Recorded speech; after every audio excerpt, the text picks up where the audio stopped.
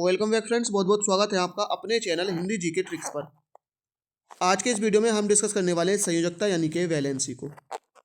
ये होने वाला उत्तराखंड बंदरगाह की जो हमारी सीरीज चल रही है केमिस्ट्री का वीडियो नंबर 17, यानी पहले के 16 वीडियोस हम ऑलरेडी अपलोड कर चुके हैं। आई होप आपने देख लिए होंगे।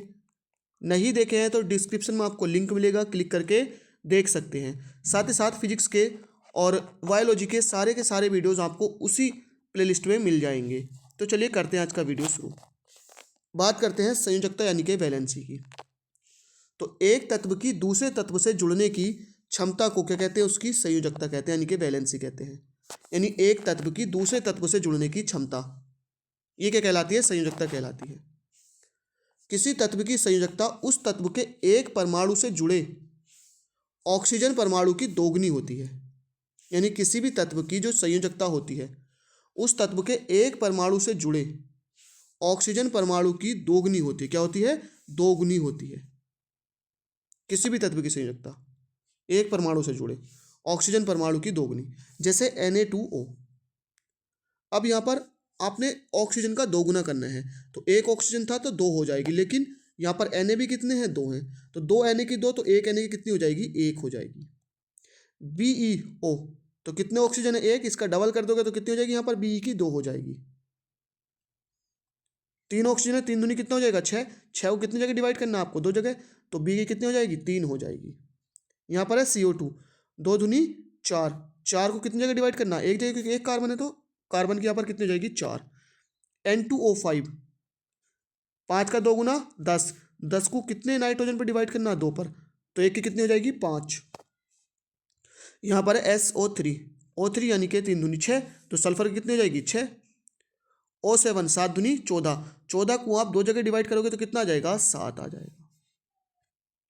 नेक्स्ट है, किसी तत्व की संयोजकता उस तत्व के एक परमाणु से जुड़े हाइड्रोजन परमाणुओं की संख्या के बराबर होती है।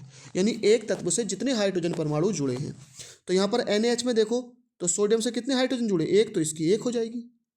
Be से हम देखें तो कितने जुड़े भाई? दो जुड़े, तो Be की दो हो जाएगी। बोरोन की अगर हम देखें तो कितने हाइड्रोजन जुड़े हैं? तीन, तो एक बोरोन की तीन हो जाएगी। कार्बन की यहाँ पर कितनी हो जाएगी? कार्बन से कितने परमाणु जुड़े हैं? चार, तो चार हो जाएगी। नाइट्रोजन की कितनी हो जाएगी? तीन, क्योंकि यहाँ पर तीन हाइड्रोजन जुड़े हैं। H2O, ऑक्सीजन की कितनी हो जाएगी? दो हो जाएगी, क्योंकि इससे दो हाइड्रोजन जुड़े हैं। Cl की कितनी हो जाएगी? एक हो जाएगी, क्योंकि यहाँ पर एक हाइड्रोजन जुड़ा है। देखिए एक बात और ध्यान रखना, संयोजकता पे कोई भी प्लस या माइनस का चार्ज नहीं आता, ये ऑक्सीकरण संख्या पर आता है, ऑक्सीडेशन नंबर पर। तो संयोजकता पे कोई भी प्लस या माइनस नहीं आता है। किसी अणु में किसी परमाणु द्वारा बनाए गए बंधों की संख्या को ही क्या कहते हैं? उस परमाणु की संयोजकता, यानी जितने भी बंध बनाता है। जैसे यहाँ पर हाइड्रोजन ने कितने बंध बना रखे हैं? एक, तो हाइड्रोजन की एक, Cl का भी एक बंध है तो Cl की भी एक। यहाँ पर हाइड्रोजन का आप देखो सिर्फ इसने एक बॉन्ड बना रखा है, यानी कि H, ये बॉन्ड बना रखा सिर्फ। लेकिन ऑक्सीजन की अगर आप बात करो, ऑक्सीजन ने इधर भी और इधर भी दो बॉन्ड बना रखे हैं, तो ऑक्सीजन की संयोजकता कितनी हो जाएगी? दो हो जाएगी। ऐसे अगर मैं इसमें बात करूं, H, H, H और H, कार्बन ने कितने बंध बनाए? एक, दो, तीन, चार, तो इसकी संयोजकता चार हो जाएगी। और हाइड्रोजन की, क्योंकि इसने भी सिर्फ एक बनाया, तो एक, एक, एक और एक हो जाएगी। जैसे अगर हम बात करें NH3 की, H, H और H, तो सारे के सारे हाइड्रोजन ने सिर्फ एक एक बॉन्ड बनाए, तो इन सब हाइड्रोजन की इसकी भी एक, एक, एक। लेकिन नाइट्रोजन ने कितने बॉन्ड बनाया? एक, दो, तीन, तो नाइट्रोजन कितनी हो जाएगी? तीन हो जाएगी। तो इस तरह से आप बॉन्ड से भी इसको देख सकते हैं।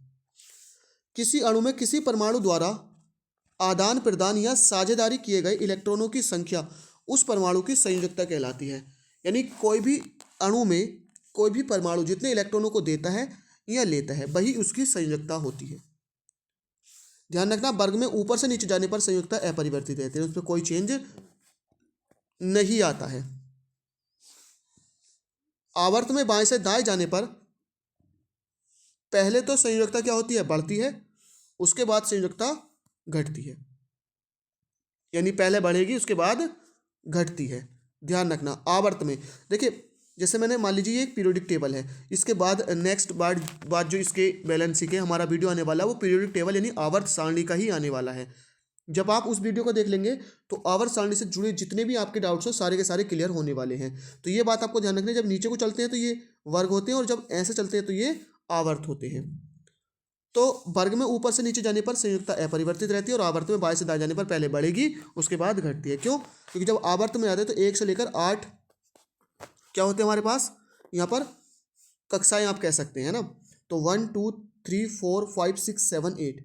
अब बाहरी कक्षा में जो इलेक्ट्रॉन होते हैं पहले वर्ग में 1 होगा, दूसरे में 2, तीसरे में 3, चौथे में 4, पांचवें में 5, छठे में 6, सातवें में 7 और आठवें में 8 होगा। तो एक बात ध्यान रखनी है कि अगर किसी की अंतिम कक्षा में इलेक्ट्रॉनों की संख्या 1 से लेकर 4 तक है तो जिसके पास 1 है उसकी संयुक्ता 1, 2 वाले की 2, 3 वाले की 3 और 4 वाले की 4 होगी। तो ये बात तो हो गई जब अंतिम कक्षा में 1 से लेकर 4 इलेक्ट्रॉन्स होते हैं। लेकिन अगर किसी की अंतिम कक्षा में 5, 6, 7 या 8 इलेक्ट्रॉन्स हैं, अब उनकी संयुक्ता कैसे डिफाइन की जाएगी, कितनी होगी? तो 8 में से इस 5 को निकालो, कितना बचा? 3। तो जिसकी अंतिम कक्षा में 5 इलेक्ट्रॉन्स हैं उसकी संयुक्ता 3 होगी। 6 वाले जिसकी अंतिम कक्षा में 6 हैं तो 8 में से 6 को निकालो, कितना बचेगा? 2। तो 2 होगी। 7 वाले की कितनी होगी? 1 होगी। और 8 वाले की कितनी होगी? 0 होगी। तो इस तरह से जिनकी अंतिम कक्षाओं में इलेक्ट्रॉन यानी बाहरी कक्षाओं में 1 से लेकर 4 तक है उनकी संयुक्ता 1 वाले की 1, 2 वाले की 2, 3 वाले की 3 और 4 वाले की 4 होती है। 5 से 7 8 वालों में क्या होता है कि इनको हमको 8 से माइनस करना होता है। अगर किसी में 5 है तो 8 से माइनस करोगे 3 संयुक्ता, 6 वाले की 2, 7 वाले की 1 और 8 वाले की 0 होती है।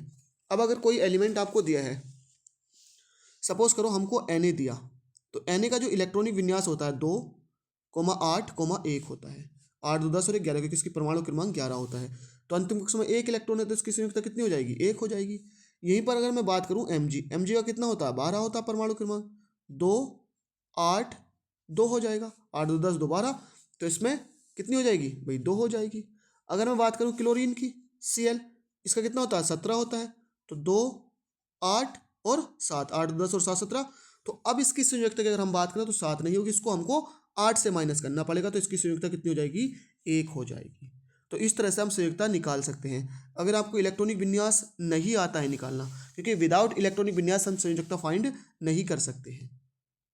तो आप हमको कमेंट कर दीजिए, इलेक्ट्रॉनिक विन्यास पर एक वीडियो ले आऊँगा, क्योंकि इलेक्ट्रॉनिक विन्यास का जो टॉपिक है वो आपके सिलेबस में नहीं दिया गया है।